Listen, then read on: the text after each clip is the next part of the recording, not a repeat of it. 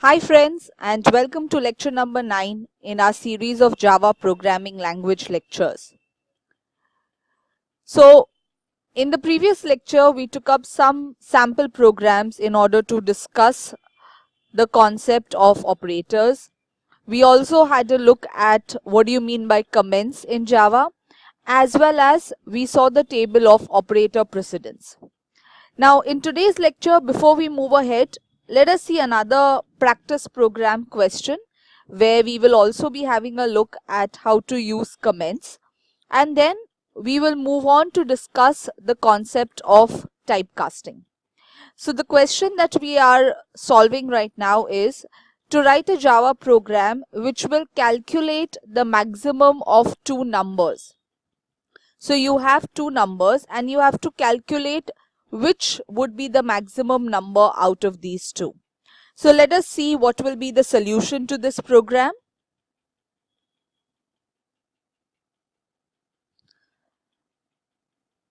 My notepad file.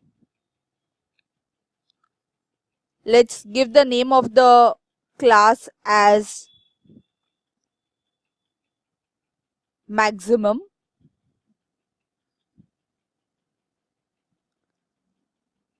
As always,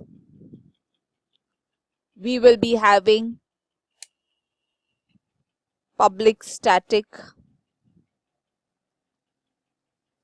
void main, and we'll pass the string array to it.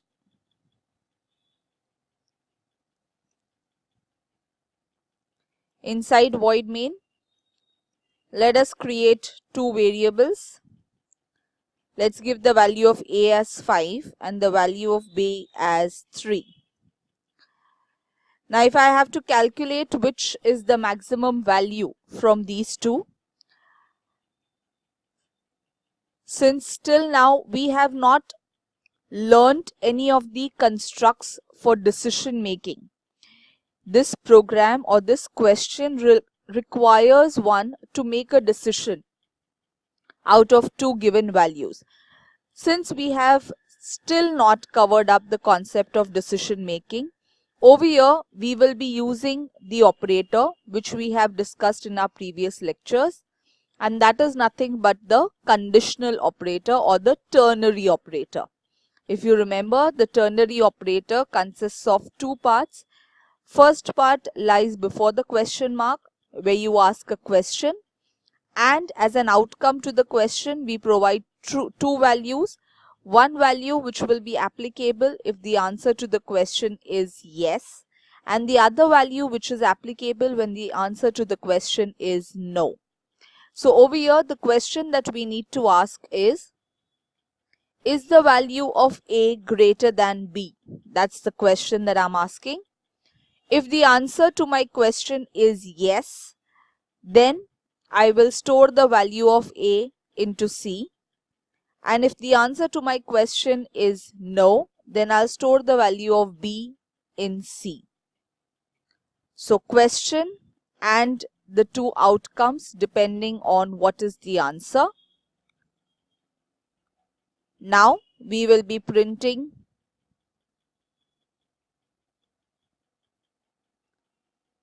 the value of C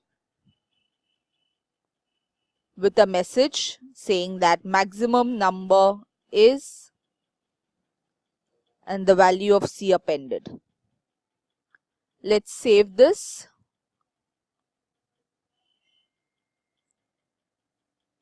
By the name of maximum.java.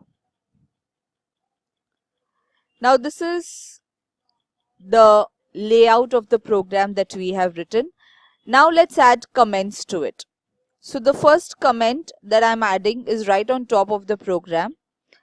Before the class begins, I want to write down a general description of what this program is doing.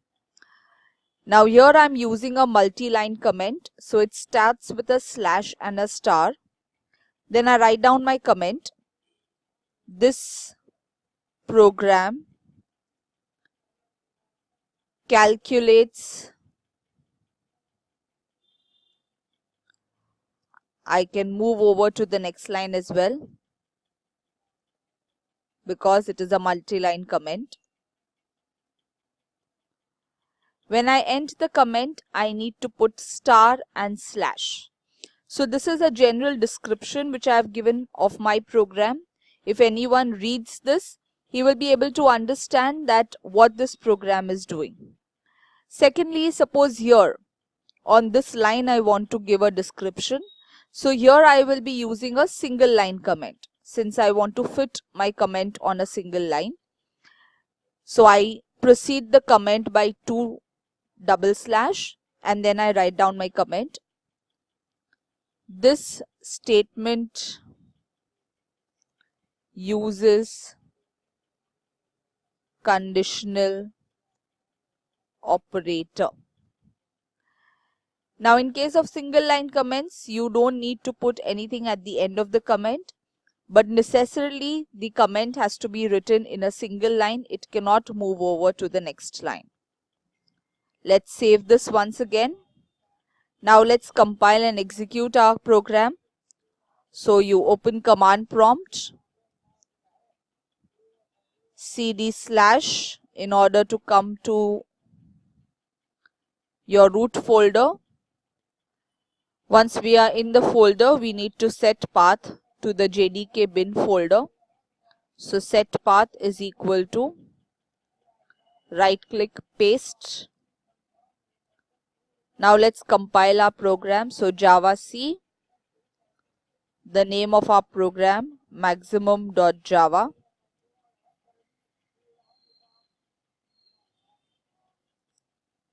The semicolon, error. This is how the error is given, illegal line end in character literal. So it marks out, it tells you the line number in your code and it highlights the error position. Once again, we need to compile. No errors. Let's execute. Java followed by the name of the class. It is showing the maximum number is 5. So here in this program, we have used conditional operator as well as we have seen the use of comments. Moving further, let us now discuss the concept of typecasting. Now typecasting means when you convert from one data type to another. Now sometimes in a program you may be required to do that. For example, as you can see, we had previously done a program where you had to divide two numbers. Now let's say if both the numbers were integer values, then if you would divide them, the answer would also be an integer. So if I have A and B with the values 5 and 3, when I divide A by B, the answer would be 1.66. But because A and B both are integers, the result would also be an integer which is 1. The decimal part would be removed. But in case you want the answer of A and B to be converted into a decimal type, then we need to use typecasting as has been used in the example given on screen. So here when I divide A by B, I want to store the answer in C, which is a float. So how do I typecast?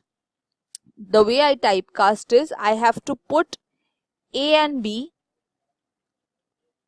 I have to put the keyword or the data type name, that is float, just before the division operator, and I need to enclose that in round brackets. So it will divide A by B and the resultant answer would be typecasted into a float and stored in the variable C. Now typecasting can be of two types. One is implicit and the other one is explicit. Implicit means the conversion is done automatically. As a programmer, you don't have to write any statement to perform the typecasting. But this type of conversion will always take place when you move from a smaller container or a smaller variable to a larger variable. Okay, it's as simple as if I have to store 1 kg of rice in a 2 kg container. I can easily do that because the 2 kg container has enough space to store the 1 kg rice. So this typecasting does not require any special code. On the other hand, if you talk about explicit typecasting, which means converting from a larger data type to a smaller data type. So in that case, sometimes there may also be some loss of precision, or converting from one data type to another which are of the same size. Now in this case, you need to explicitly mention the data type to which you want to convert, as we have done in the example. So when you do implicit typecasting, it is called as widening, as you can see in the diagram. When you do explicit typecasting, it is called as narrowing, because you are converting from a larger one to a smaller. Now here I have done a program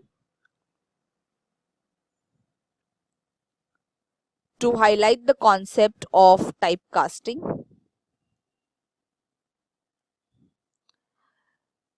So the same question, A and B, I am converting it into a double variable. So I am typecasting the division to double. And after that, I am converting the double value back into an integer value. Let's have a look at the output.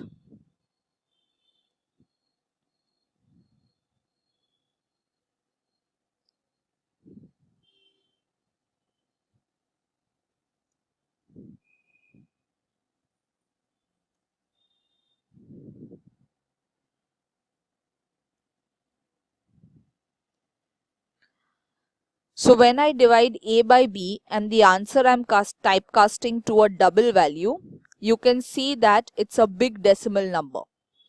When the double value is converted into an integer, the decimal part is removed and only the integer part is retained. This is explicit. You can also do implicit typecasting. For example, if I have a byte value as 5 and the same value I can store in an integer variable like this. Now when I print the value of num1, I will see the same answer as 5. So here the byte value, which is of a smaller size, got automatically converted into integer without any typecasting required. Let's compile this. So you have the answer as 5. So this is typecasting, again something very important, which is used in many of our programs whenever you want to do conversions from one type to the other. Moving to the last segment of our lecture. In the previous lecture, I had asked a question to the experts asking, is Java pass by reference or pass by value? For people who are learning right now, of course, these are high-end terminologies and concepts which you will not know right now. But just to give a very general example, pass by value means when you are passing a Xerox copy of the value. It is as simple as I have a set of notes which I need to circulate amongst my students, but I do not hand over the original copy to them. I remove the Xerox and hand over the Xerox copy, so that anything that they do to the Xerox copy, my original copy is not affected. Pass by reference, on the other hand, means that I am handing over the original copy to my students. Now, in case anyone plays mischief and tampers the original copy, the original document would be affected. In Java, always values are passed by using pass by value method, not pass by reference. So hope this lecture was fruitful for you. Hope you've understood the concept of typecasting and comments.